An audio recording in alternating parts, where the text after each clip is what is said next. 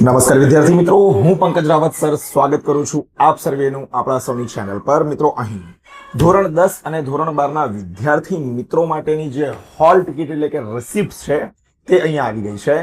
સ્કૂલો દ્વારા અહીં આ રિસિપ્ટ તારીખ 17 અને 18 ફેબ્રુઆરીના રોજ જે છે તે ડાઉનલોડ કરી લેવામાં આવી છે અને વિદ્યાર્થી મિત્રો માટે આનું વિતરણ આવતીકાલ એટલે કે તારીખ 19 ફેબ્રુઆરી વર્ષ 2026 થી શરૂ કરવામાં આવશે।